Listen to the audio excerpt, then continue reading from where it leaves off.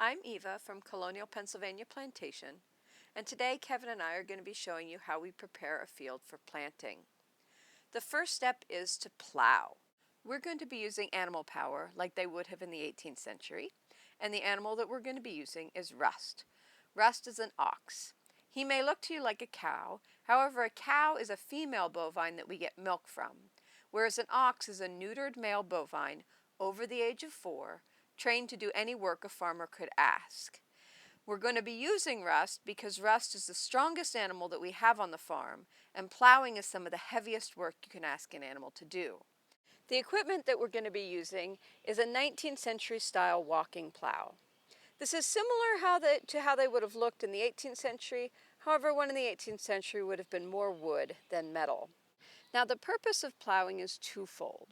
First, as the plow moves through the soil, it's flipping a section of the soil over. This means that any growth that's on the surface is now underground, where it will die and decompose, meaning less competition from weeds.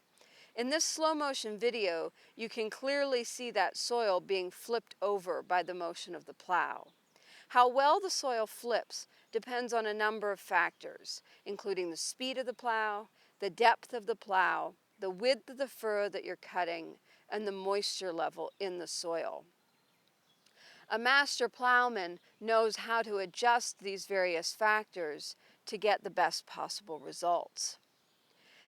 The next purpose of plowing is to break up and loosen the soil to make it easier for the plant's roots to grow.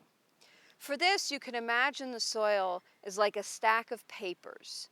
If you bend those papers, they'll all move against one another as the ones on the inside bend more than the ones on the outside. As the plow moves through the soil, it bends the pieces of soil very much like you would bend those pieces of paper and loosens up the different layers. You can see that we're getting ready to do another pass. You go down one side of the field and up the other side, and as you do that, the field gets a little bit wider each time. Now, our plow is a 6-inch plow, which means with each pass we make, it cuts and flips about 6 inches worth of soil. So you can imagine that it would take quite a number of passes to cover a large field. There are larger walking plows, 8, 10, and 12-inch plows. However, the larger the plow gets, the more soil it's moving, and therefore the more difficult it becomes for the animal to pull.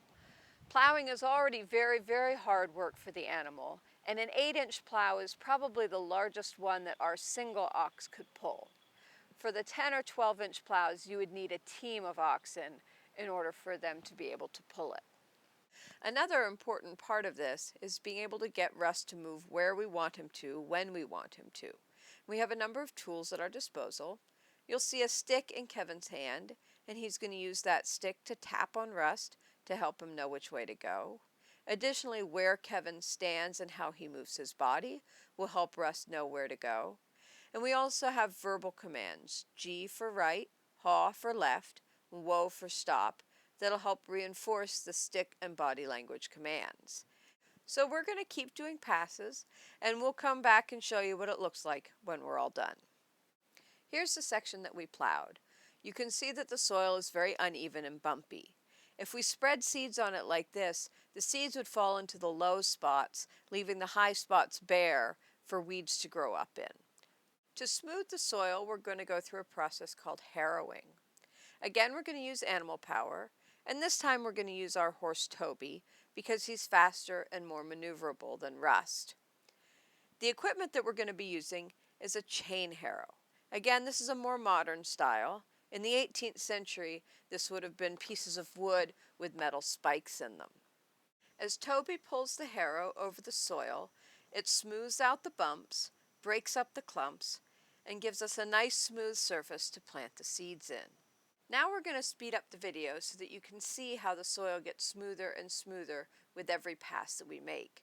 You can see it takes a lot of passes to get a really nice smooth surface. You can also see that driving Toby is a little bit different than driving Rust, because with Toby we've got lines in our hands connected to a bit in his mouth that we pull on to control him. So here you can see our field all plowed, harrowed, and ready to be sown with seeds.